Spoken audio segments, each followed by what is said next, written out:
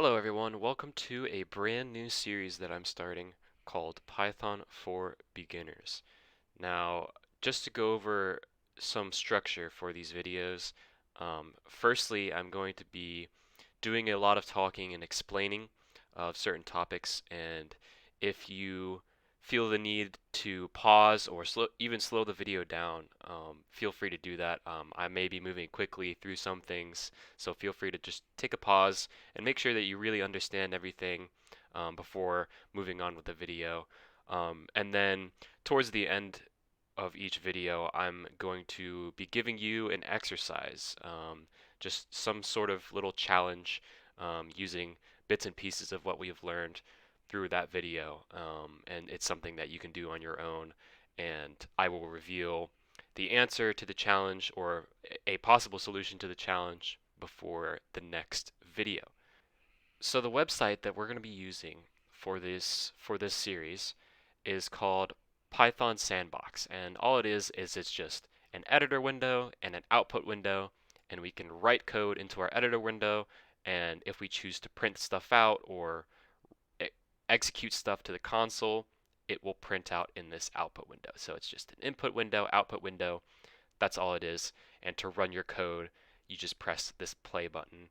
And to save your code, you would press this button. I'm not really sure what this button does, but for the purposes of this tutorial, all we need to know is editor window, output window, play button. And I will have the link to this website in the description, so feel free to open it up and follow along with the tutorial as we go on.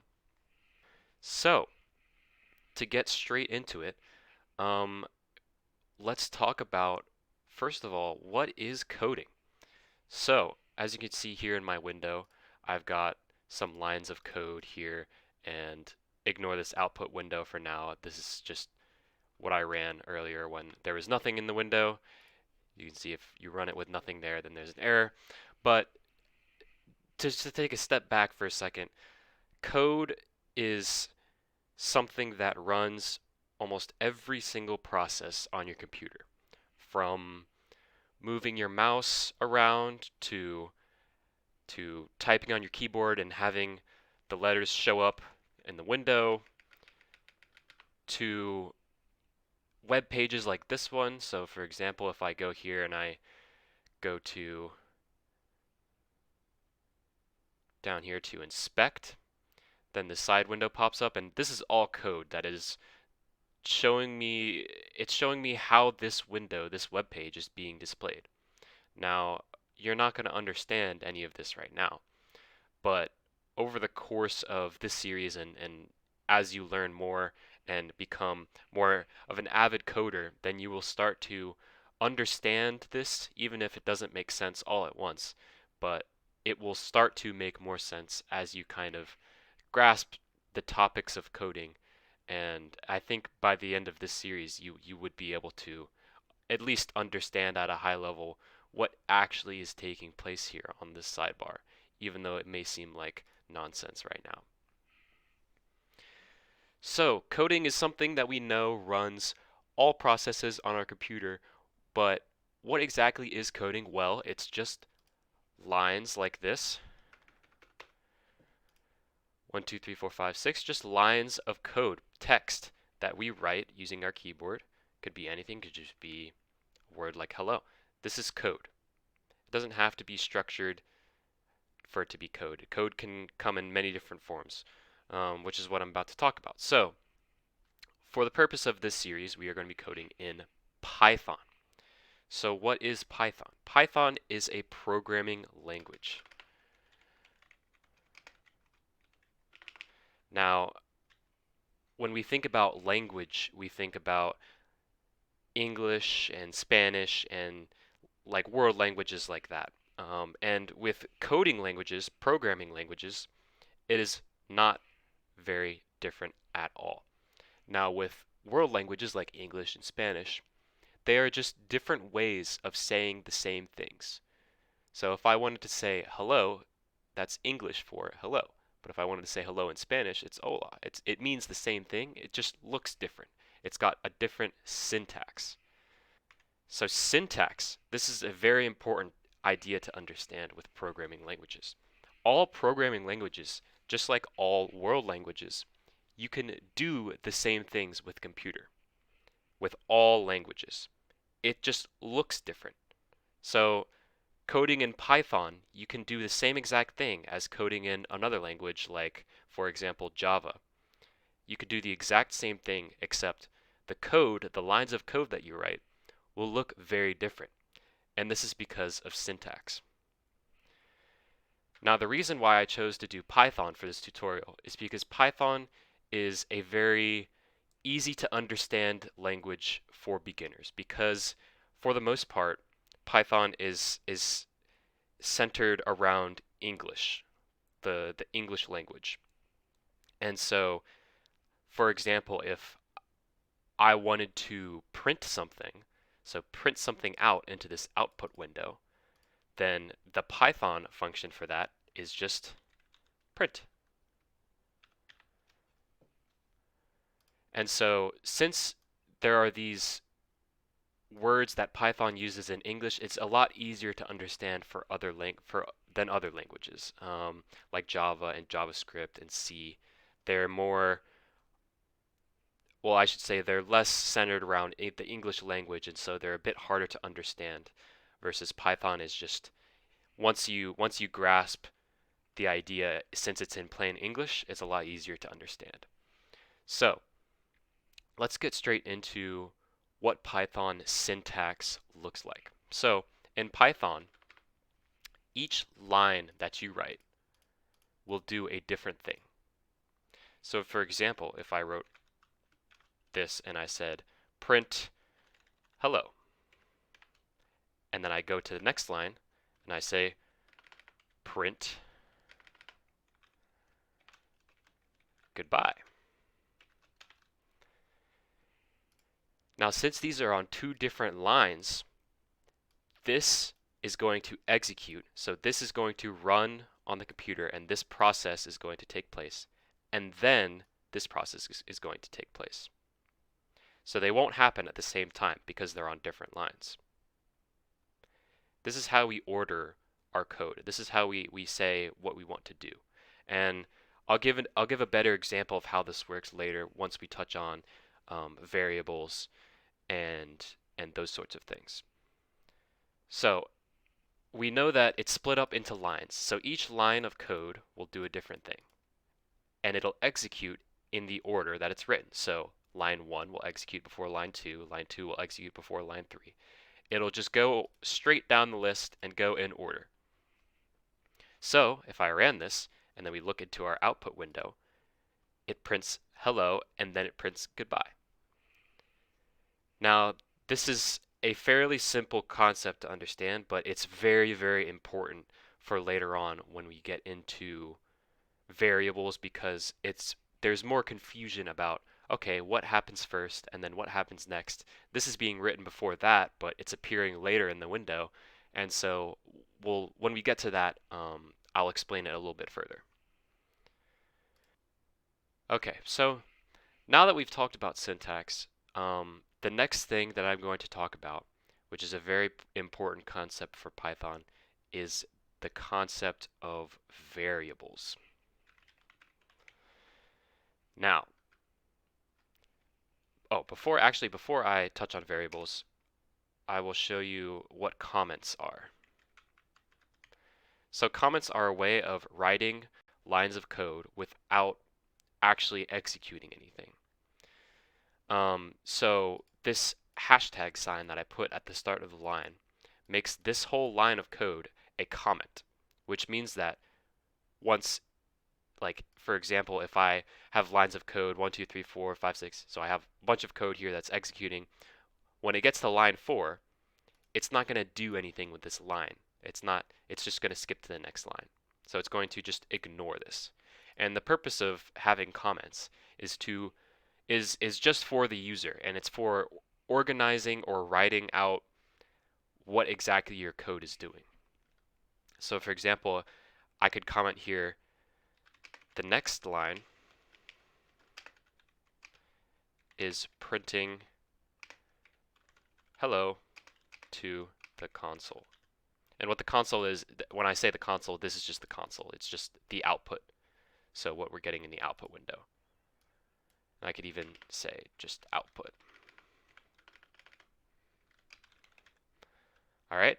And so once the code gets to this line, it's not going to do anything with this. This is just for us to see and say, okay, well, the next line is printing hello to the output window. What does that look like? That looks like this,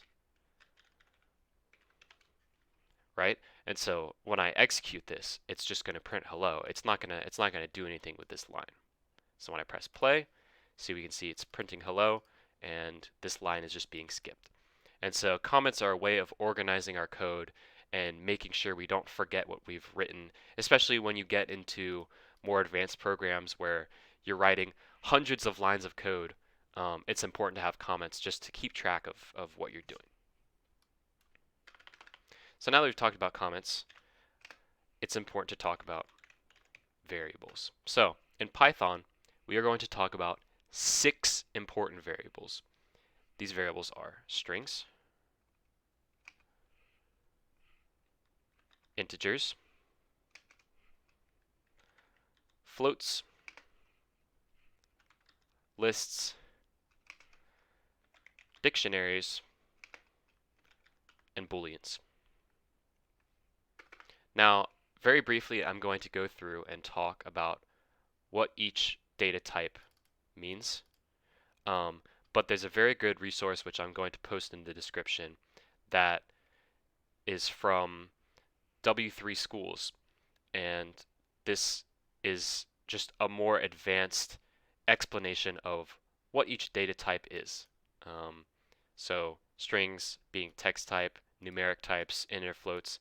There's a lot of other types in here that we won't use because they're just not what we need at this point in time for beginner programming, but these are all of the types that Python has. So if you wanted to research these other types, you could do that as well. So back to what we've got here. So a string is just a text. So it's just a word, a string of letters or numbers that is just in text form. And the way that we denote a string, the way that we write a string, is by surrounding it with quotation marks. So this is a string. I've surrounded it by quotation marks.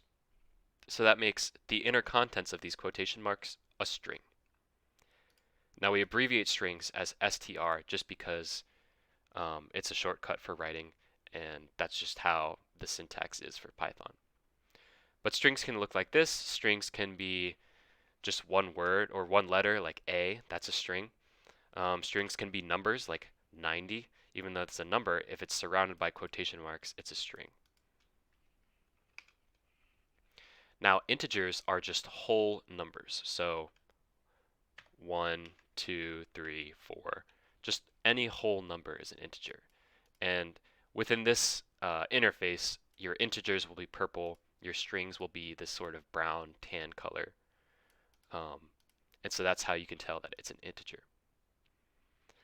Now floats are like integers except they can have decimals. So for example, 4.0 is a float. Even though these are the same numbers technically, this value is a float because it has a decimal point followed by a 0, and this value is an int because it does not have a decimal point. And of course, you can have whatever long, you can make it as long as you want, this will still be a float. Just any number with a decimal point.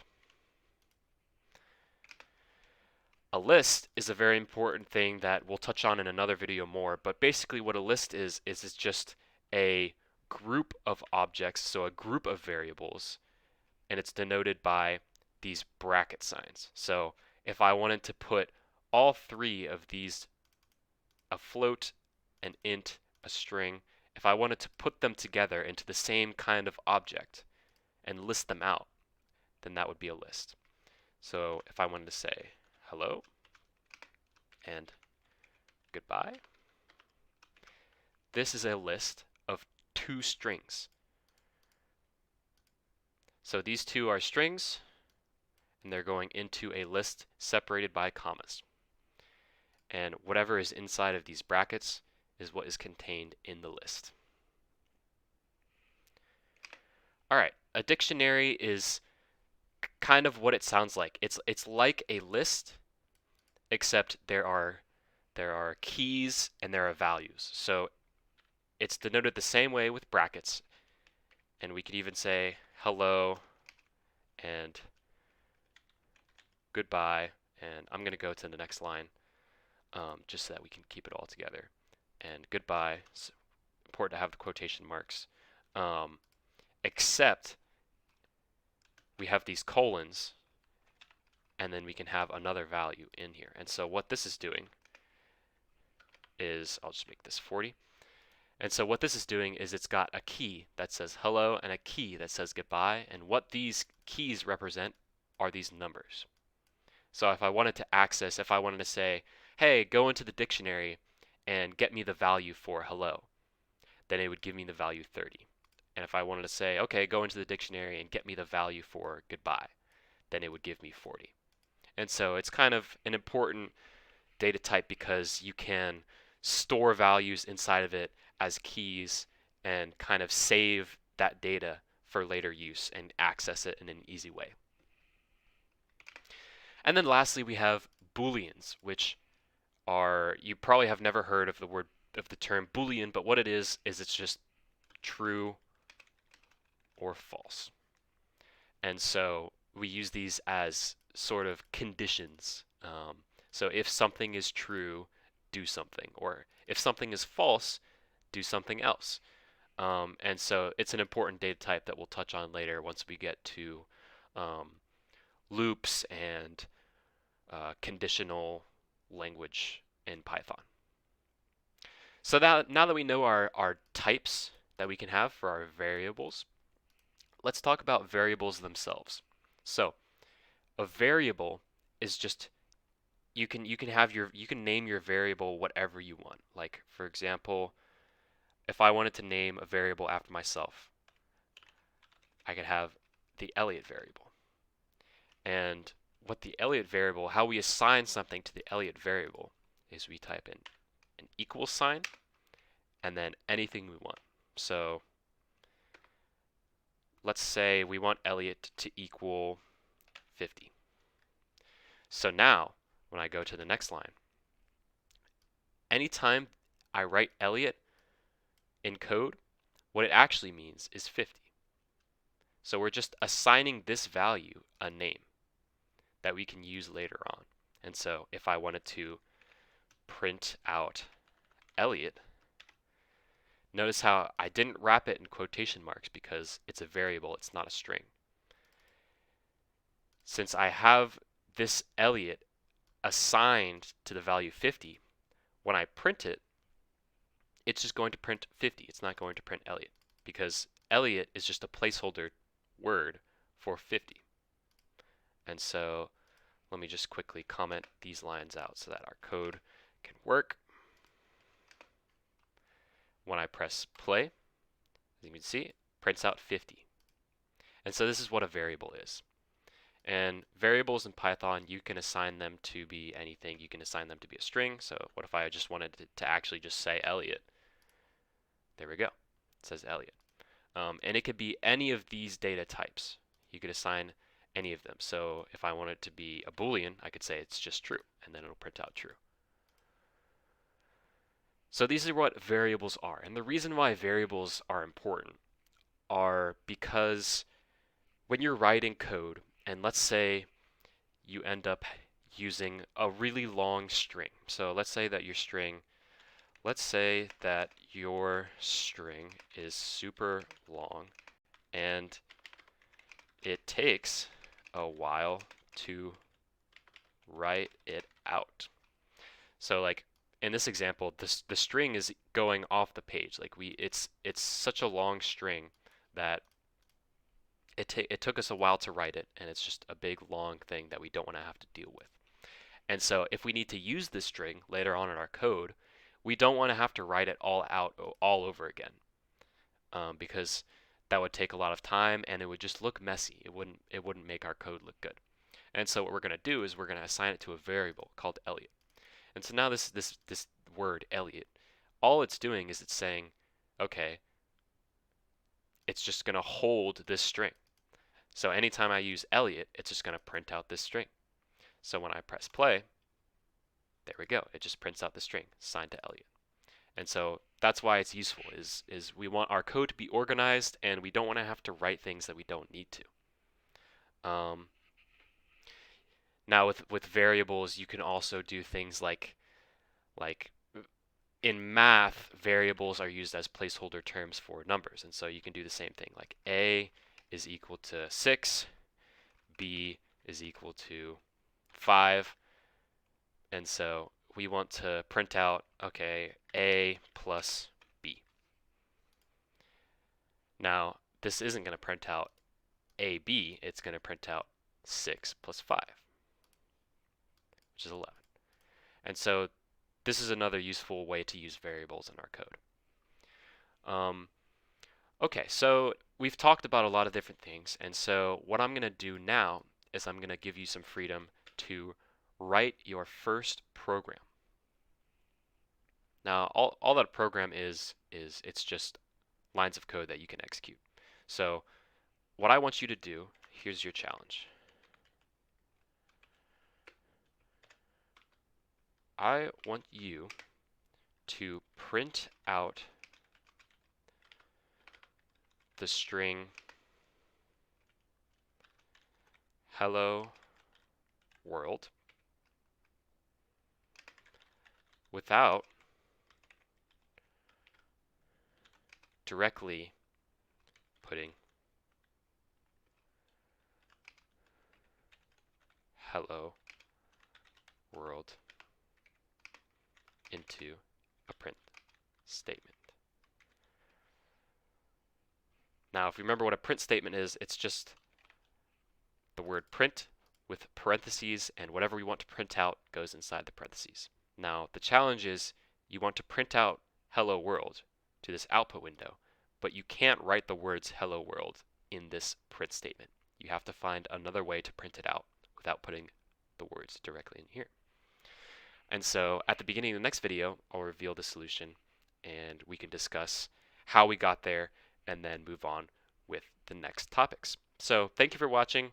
I know this was a bit of a longer video, but it's important to go back if you didn't understand anything and just make sure that you fully understand the topics that I was discussing. And also, if need be, feel free to use this website, W3 Schools for Python, which I posted the link in the description. On this sidebar, they talk about a lot of the things that I talked about, syntax, comments, variables, just more in detail than what I had time for in a video. So feel free to go through this website and just check out things if you need clarity or if you have questions. Feel free to go on here or feel free to leave a comment. But yeah, so I'm looking forward to the next video, and yeah, thanks for watching.